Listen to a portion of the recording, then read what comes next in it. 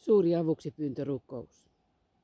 Koota kädet siunausasentoon ja visualisoi maapallo ja kaikki ihmiset siihen aivan eteesi.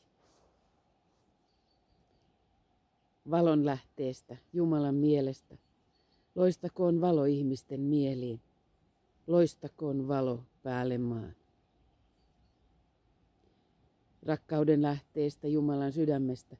Virratkoon rakkaus ihmisten sydämiin. Palatkoon rakkaus päälle maan. Palatkoon suuri maailman opettaja päälle maan. Keskuksesta, jossa Jumalan tahto tunnetaan, johtakoon tarkoitus ihmisten pieniä tahtoja. Tarkoitus, jonka mestarit tuntevat ja jota he palvelevat. Virratkoon hyvä tahto ja tahto tehdä hyvää kaikkialle maailmaan.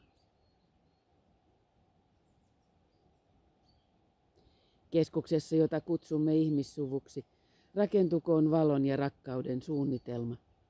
Sulkekoon se oven, jonka takana paha asuu. Valo, rakkaus ja voima, jälleen rakentakoot suunnitelman päälle maan. Valo, rakkaus ja voima, jälleen rakentakoot suunnitelman päälle maan.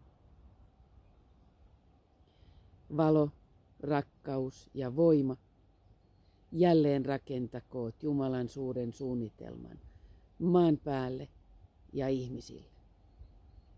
Olkoon näin.